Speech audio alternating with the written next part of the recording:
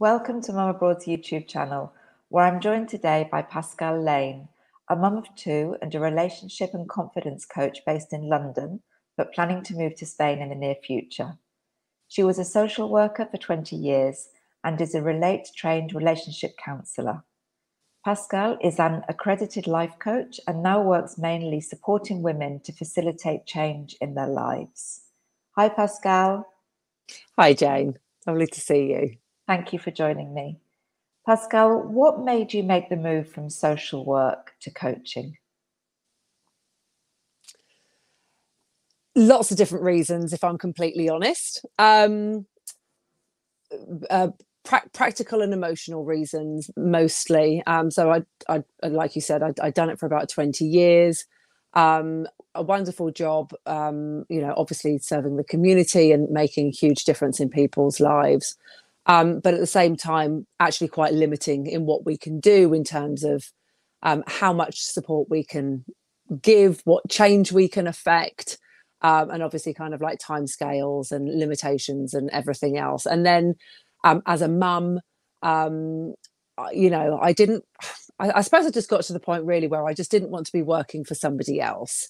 And I wanted to have a job that was mine to create the rules and the boundaries, mine to, obviously fit around my family, mine to work a little bit more creatively. And so once I had, I was working as a social worker. I had my two babies.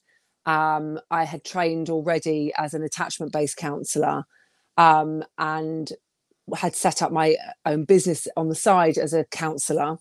And then I started to attract lots of couples. So I wanted to obviously hone in on my relationship skills. So trained with Relate, as you said.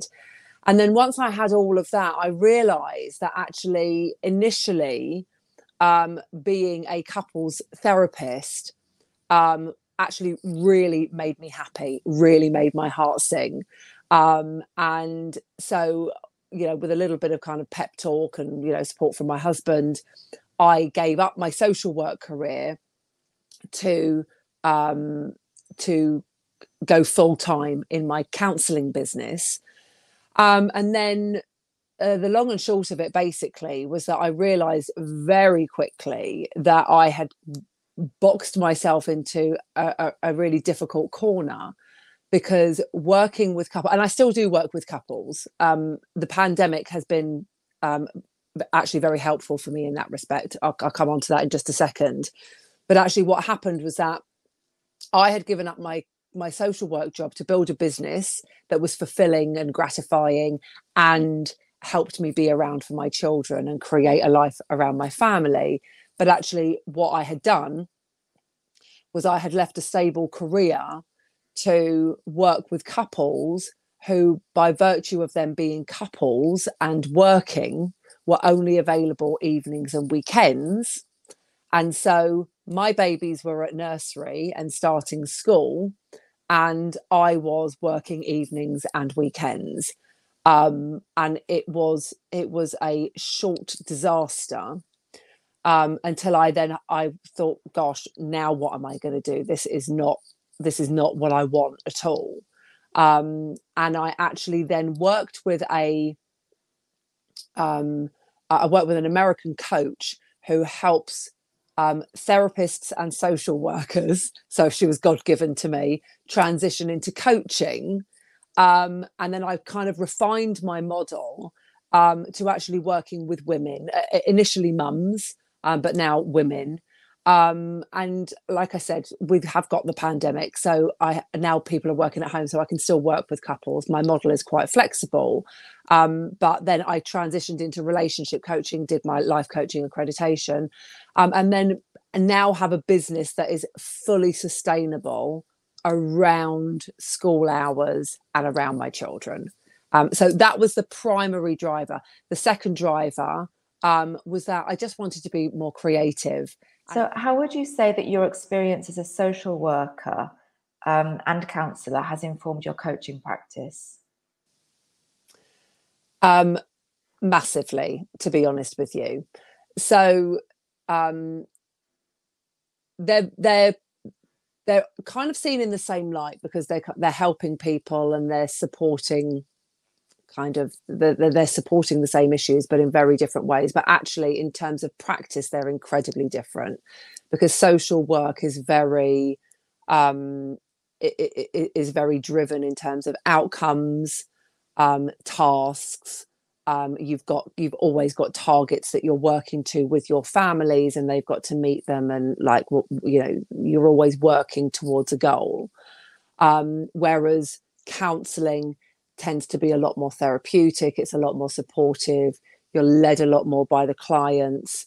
It's a lot more kind of relaxed, and the client is in control. And neither of those models fit me, to be honest with you. I sit very comfortably, like a lot of coaches, I sit very comfortably in the middle. So I like to be able to hold a therapeutic space. I think it's essential to understand where we come from, how we are affected by our own experiences growing up, and how that affects who we are as adults, as women, and as wives, you know, mothers, what have you. So I just felt really that I wanted to kind of bundle it all together with the skills of life coaching. And what that does is that just enables me to be a lot more creative with my clients. So we're still working on a time schedule. We don't drift in the same way that we do with counselling. And we're working towards outcomes, but we're doing it therapeutically. So really, my coaching practice is just a perfect combination of my social work and my counselling experience, and my own experience as well, because you're told as a social worker and as a counsellor, you know, that we've got to be very protective of our own, you know, our own identity, and we're not allowed to give out any of our stuff away. And I think that's rubbish, to be honest with you. I think if you're working with somebody and they're giving you their intimate life stories, they want to be able to relate to you. They don't want to be talking to a cardboard cutout. You know, my clients, we relate to each other. I don't like share my life story, but if there's something that's relevant to kind of support them or put them at ease, then I share that. So yeah, it's just a lot more. Do you know what? It's just a lot more relaxed the way I work. It's a collaborative process, which I absolutely love. I love it so much.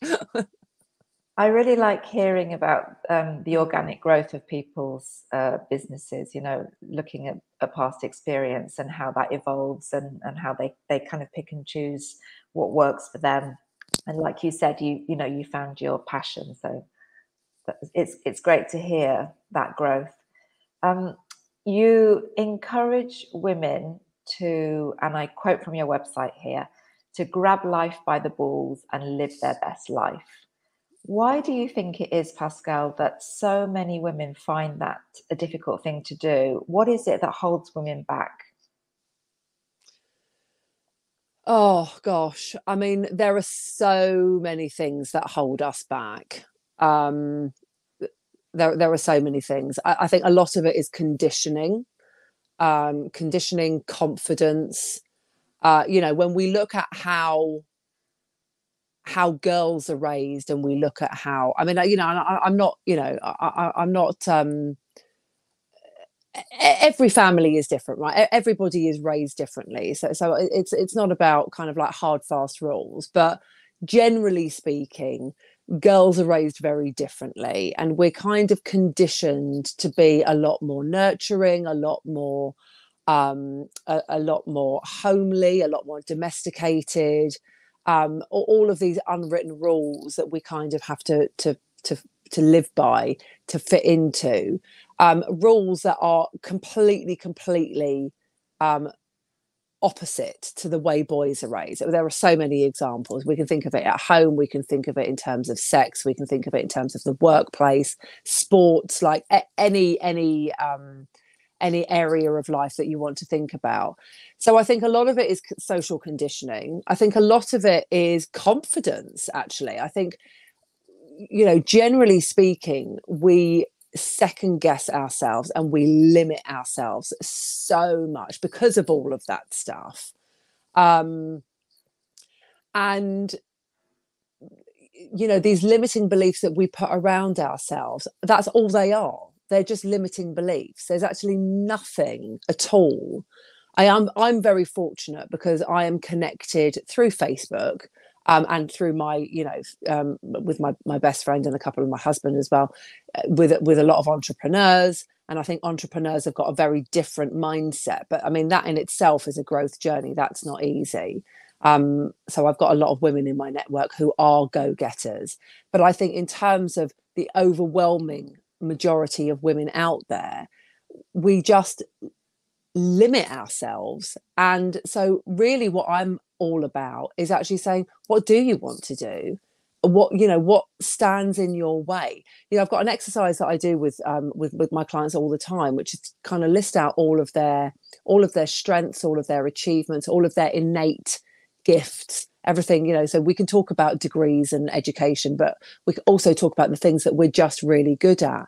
And it's one of the hardest exercises for them to do. They really, really, really struggle with it because there's always a yeah, but. Everybody says yeah, but to everything. And it's like, why? Why yeah, but? Why can't we just accept the things that we're good at and actually set ourselves a goal and go for it? So I am about grabbing life by the balls because, up until my late 30s, I limited myself to a career that was my social work career. That was, a great career and a career I'm incredibly grateful for. But I never wanted to step outside of that because it was a safe bubble, working for local authority, secure pay, pensions, sick pay, all of that stuff. It was safe. And once I really learned to step out of that, I realized that there's a whole world of opportunities for all of us if we just have the confidence. And I think also, when people say when I say grab life by the balls, people hear grab life by the balls. They think that you've got to jump off a cliff, but you haven't got to jump off a cliff. You've got to just take one step forwards. That's all you've got to do. One step forwards every day to get to where you want to be, to get to the point where you can look back and say, God, look how far I've come. So yeah, it's about self-belief. I think it's very interesting to hear what you're saying about women having limited belief in themselves and lacking confidence. I see it a lot around me. And so part of your work is to unlock and unblock these limited beliefs. And you work with 3 pillars. Can you tell us a bit more what they are and how that works? Yeah, sure. So the 3 pillars are understanding your childhood and family background, confidence and mindset, and communication. And the reason why they're my 3 pillars is because they are the 3 things that come up in every single piece of work I've ever done, because they're so important. So really briefly, we have to understand our childhood and family background. We have to understand where our own story begins, how we viewed our parents' relationship or our main carers' relationship, how we saw love, how we received love, how we viewed conflict and conflict resolution. All of these things, so important to what we bring into our adult lives. Is also really important in understanding our confidence. So we talk about self-limiting beliefs. We can also talk about confidence. So within that context of childhood and family background, were you praised? Were you encouraged? Were you supported? Were you told that you were stupid? Were you told to be quiet? Were you told that you'd never be good at anything? Were you told that you could be fantastic at whatever you put your mind to? All of these things factor so much into absolutely every single aspect of our life. And it all stems from our childhood. And then communication. Do we argue with our partner? do we mimic our parents' communication style? How do we talk to our children? What are the lessons that we've learned? And what do we need to keep? Because it's really important. We can take all of these things for granted, but we often don't need to keep them. We can get rid of them, but we have to know them, and we have to acknowledge them, and we have to understand them before we can decide what we're going to keep and what we're going to get rid of. So, yeah, I mean, that's a really, really, really brief overview, but those three pillars are the core pieces of work for everything that I do. And once we really understand those, then we get to make you can't make changes until you understand the reason and the process to why you are where you are. Once you understand those, then you can get to make changes and move in the direction that you want. I think that also it applies to our relationships as well, doesn't it? Because until we understand where we come from, and then we can perhaps understand where our partner comes from, that we then can work together. Absolutely, because our partners are bringing all of their stuff into the relationship as well. So until we really, we really understand that, there are so many examples of, on a light note, so many examples of kind of like domestic habits that we have. You can say, well, why are you doing it like that? And the answer was, well, that's how it's done. Like, that's how it's always been. But of course, that's just dependent on your own family and culture. So yeah, absolutely. We all bring our own healthy or unhealthy baggage into our relationships, because that's who we are. Yeah, it's fascinating. It's fascinating. No, it is, absolutely. And we make assumptions, I think, that our way is the right way or the only way. Yeah. And it's not until you realize that actually, no, there are other ways of doing things, that you have to start changing your mindset, which is exactly what you just said. Yeah, 100%. But exactly that. You don't know it until you know it. Exactly. You don't know there's another way, because you've never even considered that there's another way. What you're talking about, you have to think about it on an individual level, then you have to think about it in your relationship with a partner, then also the way that you parent your children, because you and your partner have had different upbringings. And then also it comes into the workplace as well, doesn't it? And you can't assume that your colleagues are going to think in the same way that you do. So, but it all comes back to you as an individual, and understanding that first. Yeah. Yep. So you have a Thrive one-on-one program, which is a holistic 4-month package. What can women expect from that exactly? Big change is what they can expect. It's this package is my absolute heart and soul, and I'm always refining, I'm always tweaking, because I myself am always growing, and I want my clients to get the absolute best experience from me that they can possibly get. So with the one-to-one package, they get me. They get 12 sessions with me over a 4-month period, but I've also got a supporting self-study element to it. So at the moment, there's 11 modules in this course. It's not overwhelming. You do it in your own time, and it's there. It's there for you to do. And we go through all of these areas. I won't go through them all, but childhood, healing your inner child. We do communication, mindset, parenting. We've got the 5 languages of love, self-care, tribes. So, your friendship group around you, everything that is important to you, everything where you can really get the best. We've got a new money mindset module as well, because I realized that so many of my clients, when they finish working with me, put themselves forward for promotion. I hadn't realized how many of my clients, until I started going through it, actually have messaged me since working with me saying, thank you so much for the work that we've done. I've put myself forward for a promotion. I've got a new job. I've started my own business. So it really is, it's a transformational program. With the one-on-one, they get unlimited tech support from me as well. And we've also got a Facebook, a small private Facebook community, which we also go in. I go in live, and we have a live Q&A if there are any issues that they want to talk about. It's fantastic. I've done it over 4 months, because often what happens with my clients is that they get towards the end of the work and then we go fortnightly.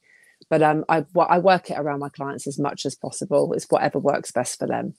Pascal, you've written a book called How to Be Happy in Life and Love, a guide to living the life that you deserve.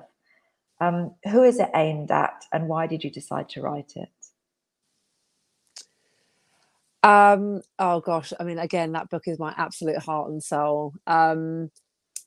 So it's aimed predominantly at women, but it's not exclusively. I mean, anybody could read it and could benefit from reading it.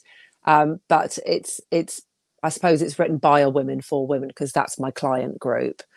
And it's basically it's all of my work in a book. So if anybody wanted to know more about, who I am in terms of what work I do, how I help women, how I facilitate change and support you to live your best life, which is, what ultimately that's what I want. Then you can buy the book. You can buy it in paperback. You can buy it in audio now, and Kindle. And it's just it's a really easy read. And it's just an overview of all of the areas of the work that I do, everything that I feel really passionately about, condensed into that many pages. I'm not sure how many pages it is. But yeah, it's a great way of introducing me, my values, and my work to people who might not be ready to work one-on-one with me yet. And just to finish, Pascal, what would you say is the most rewarding part of your work? Jane, all of it. Absolutely all of it. I absolutely love it. I think what I love the most about the work that I do is when I really get to see my clients shifting and I really see them grow. A lot of my clients are mums. And so what really lights my heart up is knowing that they are changing not only their life, they're changing the lives of their children too. Because so often we've got negative cycles that we get so caught up in. And, we've just spent, all of this time talking about it, how your childhood affects you as an adult. And so when I help you, we're helping your children, and we're helping their children, and we're helping all of the generations. And that's not to say that we don't make mistakes. That's not to say that we get it right all the time. And I always say we're never talking about perfection. We don't chase perfection. It's an illusion. But helping you, everyone, and it helps me as well to be the best version of myself. It's just the most fulfilling job in the world. And every time I work with somebody and I make their life better, I feel like I make my life a little bit better as well, and that makes my children's life, and actually ultimately everything that I do is for my children. So it's literally a win-win situation always round. The title of your program says it all, doesn't it? Thrive. I mean, that's what you love to see people thriving. Yeah, absolutely. Well, Pascal, I've really enjoyed our chat today. Found it all really, really interesting.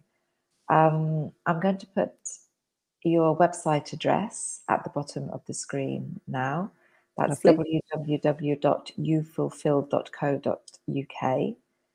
As we said before, you are based in London. You are planning a move to Spain, but you actually work online, so clients can come from anywhere in the world. That's right. And they do. Yeah, absolutely. Thank you for joining me, Pascal. Thank you so much, Jane.